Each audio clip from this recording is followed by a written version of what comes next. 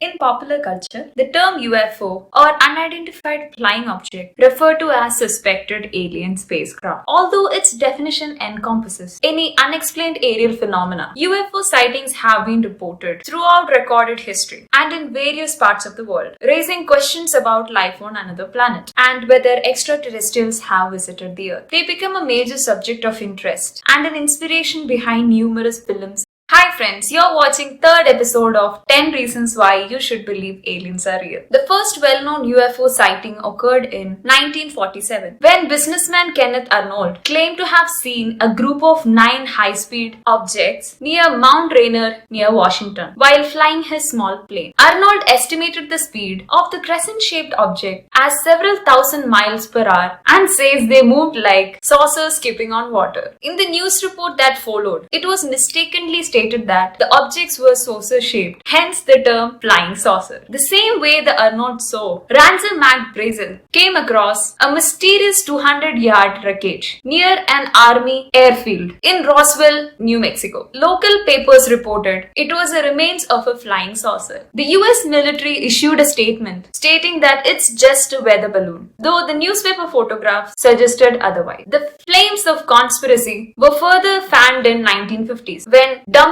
with latex skin and aluminium bones that looked like aliens fell from the sky across New Mexico and were hurriedly picked up by the military vehicle. To those who believes in aliens, the earlier Roswell sightings, it seemed like a government cover-up. 50 years later, the military issued a subsequent statement admitting that the Roswell wreckage was part of Project Mogul, a top-secret atomic project. What is Project Blue Book? Sightings of unidentified aerial phenomena increased, and in 1948, the US Air Force began an investigation of these reports called Project Sign. The Cold War tension was mounting, and the initial opinion of those involved that the projects was the UFOs were most likely sophisticated Soviet aircrafts. Although some researchers suggested that they might be spacecrafts from other planets. This is so-called extraterrestrial hypothesis, ETH. Within an year, Project Sign were succeeded by Project Reg, which in 1952 was itself replaced by the longest of the official inquiries into UFOs, the Project Blue Book, which is headquartered at Wright-Patterson Air Force. From 1952 to 1969, Project Blue Book compiled reports more than 12,000 sightings or events, each of which were ultimately classified as identified, which is known astronomical, atmospheric or artificial phenomena, or unidentified. The later category, approximately 6% of the sightings, included cases of which there were insufficient information to make an identification with the known phenomenon. The American obsession for UFO phenomenon was underway. In the hot summer of 1952, a provocative series of radar and visual sightings occurred near National Airport in Washington, D.C. Although these events were attributed to temperature inversions in the air over the city, not everyone was convinced by this explanation. Meanwhile, the number of UFO reports climbed to a record high. This led the Central Intelligence Agency prompt the US government to establish expert panel of scientists to investigate this phenomenon. The panel was headed by H.P. Robertson, a physicist at the California Institute of Technology in Pasadena, and included other physicists, an astronomer, and a rocket engineer. The Robertson panel met for 3 days in 1953 and interviewed military officers and the head of Project Blue Book. And they also reviewed films and photographs of UFOs. The conclusions were that 90% of the sightings could be easily attributed to astronomical or meteorological phenomena, or to such earthly objects as aircrafts, balloons, birds, and such life. Second conclusion was there was no obvious security threat. Third one, there is no evidence to support the ETH. Parts of the panel's report was kept classified until 1979, and this long period of secrecy helped the fuel suspicion of a government cover-up. A second committee was set up in 1966 at the request of the Air Force to review the most interesting material gathered by Project Blue. 2 years later, this committee, which made a detailed study on 59 UFO sightings, released its results as Scientific Study of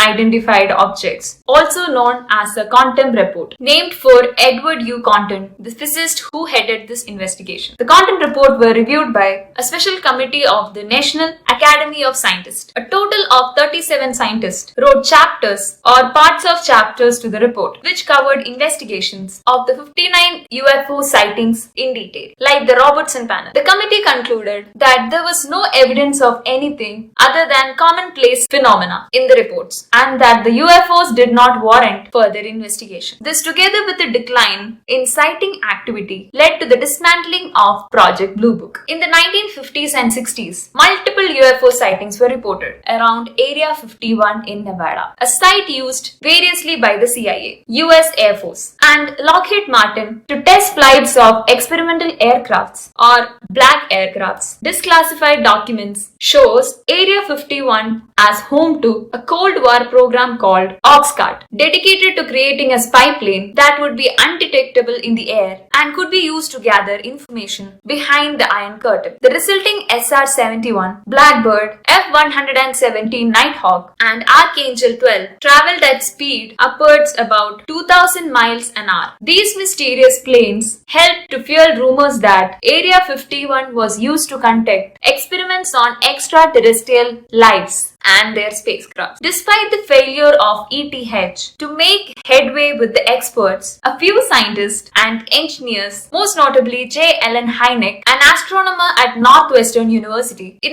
Boston, who have been involved with projects Sign, Grudge, and Blue Book, concluded that the small fraction of the most reliable UFO reports gave definitive indication extraterrestrial visitors. In the Soviet Union, sightings of UFOs were often prompted by tests of secret military rockets. In order to obscure true nature of this test, the government sometimes encouraged that public believes that these rockets might be extraterrestrial craft, but eventually decided that the description themselves might give away too much information. UFO sightings in China have been similarly provoked by military activities that is unknown to the public. UFO reports have been varied widely in reliability, as judged by the number of witnesses, whether the witnesses were independent of each other, the observing conditions, and the direction of sighting. Typically, witnesses who takes the trouble to report a sighting consider the object to be of extraterrestrial origin or possibly a military craft, but certainly under intelligent control. This inference is usually based on what is perceived as formation, flying bisects of objects, unnatural, often sudden motion, the lack of sound, changes in brightness or color, and strange shape. A bright light such as the planet Venus often appears to move. Astronomical objects can also be disconcerting to drivers as they seem to follow the car. Visual impressions of distance and speed of UFOs are also highly unreliable because they were based on an assumed size and are often made against a blank sky with no background object to set a maximum distance. Reflections from windows and eyeglasses produced superimposed views, and complex optical systems such as camera lenses can turn point sources of light apparently saucer-shaped phenomena. Such optical illusions and the psychological desire to interpret images are known to account for many UFO visual reports. Contact events such as abductions are often associated with UFOs because they are described to be extraterrestrial visitors. However, the credibility of the ETH